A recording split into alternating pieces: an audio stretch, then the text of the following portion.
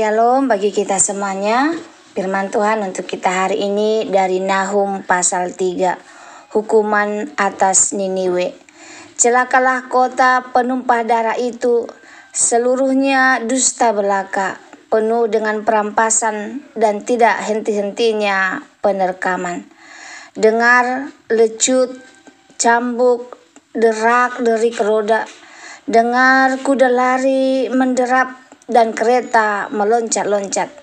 Pasukan berkuda menyerang, pedang menyala-nyala, dan tombak berkilat-kilat. Banyak yang mati terbunuh dan bangkai bertimbun-timbun. Tidak habis-habisnya mayat-mayat, orang tersandung jatuh pada mayat-mayat. Semuanya karena banyaknya persundalan si perempuan sundal, yang cantik parasnya dan ahli dalam sihir, yang memperdayakan bangsa-bangsa dengan persundalannya dan kaum-kaum dengan sihirnya. Lihat, aku akan menjadi lawanmu, demikianlah firman Tuhan semesta alam. Aku akan mengangkat ujung kainmu sampai ke mukamu, dan akan memperhatikan auratmu kepada bangsa-bangsa, dan kemaluanmu kepada kerajaan-kerajaan. Aku akan melemparkan barang keji ke atasmu, akan menghina engkau dan akan membuat engkau menjadi tontonan. Maka semua orang yang melihat engkau akan lari meninggalkan engkau serta berkata, Niniwe sudah rusak, siapakah yang meratapi dia? Dari manakah aku akan mencari penghiburan-penghiburan untuk dia? Adakah engkau lebih baik dari Tabe, kota dewa Amon yang letaknya di sungai Nil, dengan air sekelilingnya, yang tembok kotanya adalah laut dan bentengnya adalah air?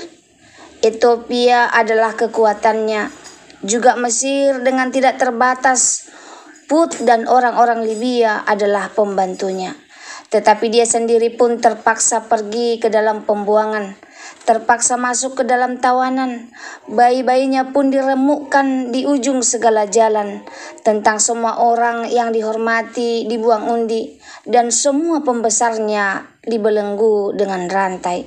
Engkau pun akan menjadi mabuk, akan menjadi tidak berdaya. Engkau pun akan mencari tempat perlindungan terhadap musuh. Segala kubumu adalah seperti pohon ara, dengan buah ara yang masak duluan. Jika diayunkan, maka jatuhlah buahnya ke dalam mulut orang yang hendak memakannya. Sesungguhnya laskar yang di tengah-tengahmu itu adalah perempuan-perempuan. Pintu-pintu gerbang negerimu terbuka lebar-lebar untuk musuhmu. Api telah memakan habis palang pintumu. Timbalah air menghadapi pengempungan. Perkuatlah kubu-kubumu, pijaklah lumpur, injaklah tanah liat, peganglah acuan batu bata. Di sana api akan memakan engkau habis, pedang akan membabat engkau, akan memakan engkau seperti belalang pelompat, sekalipun engkau berjumlah besar seperti belalang pelompat, berjumlah besar seperti belalang pindahan. Sekalipun kau perbanyak orang-orang dagangmu lebih dari bintang-bintang di langit, seperti belalang pelompat mereka mengembangkan sayap dan terbang menghilang.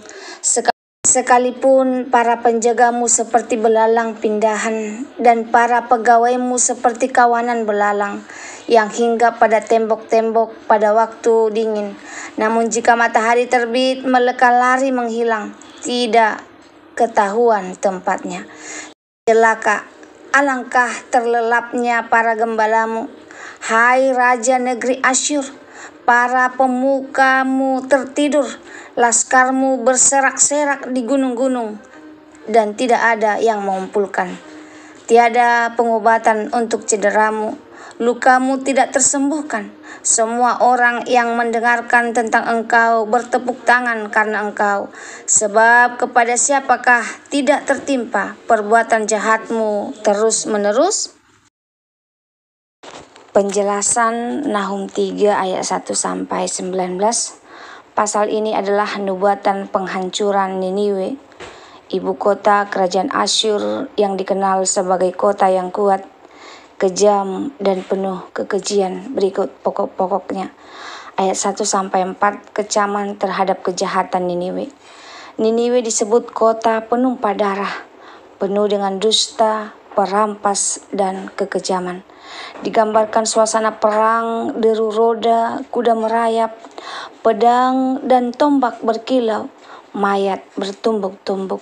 Disebut juga bahwa Niniwe seperti perempuan sundal yang memperdaya bangsa-bangsa dengan kecantikan dan sihirnya. Ini simbol penyesatan politik dan spiritual. Lalu ayat 5-7, hukuman Tuhan atas Niniwe. Tuhan sendiri menjadi lawan Niniwe. Kota itu akan dipermalukan, auratnya dibuka di depan bangsa-bangsa sebagai simbol kehancuran total dan aib besar. Tidak ada yang akan meratapi kehancurannya karena kejahatannya begitu besar. Perbandingan dengan kota TB ayat 8-10. TB, kota kuat di Mesir dengan pertahanan alam yang luar biasa, toh tetap hancur. Jika TB saja bisa jatuh, apalagi Niniwe. Lalu ayat 11-19, kehancuran total dan ketidakberdayaan Niniwe. Niniwe akan mabuk dan tidak berdaya. Pertahanannya rapuh seperti pohon ara matang yang mudah jatuh. Para tentaranya digambarkan seperti perempuan, simbol kelemahan dalam konteks zaman itu. Upaya pertahanan yang sia-sia, membuat bata, memperkuat tembok, semuanya tidak akan menolong. Akhirnya semua akan binasa. Para pemimpin tidur tidak sadar, mereka lalai, rakyat berserakan dan lukanya tidak dapat disembuhkan lagi.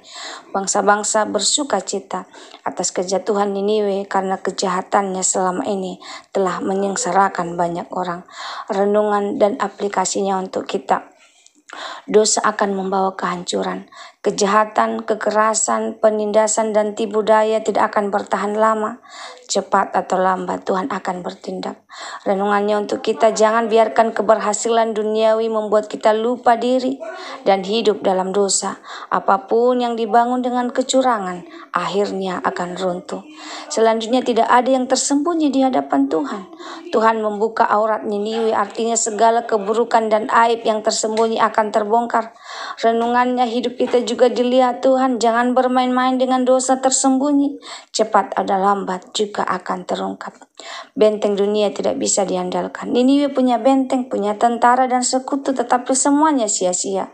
Renungannya buat kita, jangan andalkan kekuatan, harta, posisi, dan koneksi manusia. Perlindungan sejati hanya ada dalam Tuhan. Tuhan adil tapi kesabarannya ada batasnya. Asyur sudah lama melakukan penindasan. Tuhan bersabar tapi akhirnya keadilan ditegakkan. Jangan menganggap kesabaran Tuhan sebagai kesempatan untuk terus berbuat dosa. Gunakan waktu itu untuk bertobat. Hidup tanpa Tuhan, kehancurannya pasti. Sehebat apapun seseorang atau suatu bangsa, tanpa Tuhan akhirnya hancur. Bangun hidup di atas dasar kebenaran dan takutlah akan Tuhan. Semoga firman Tuhan hari ini menjadi berkat bagi kita. Terima kasih, Tuhan Yesus memberkati. Shalom bagi kita semuanya.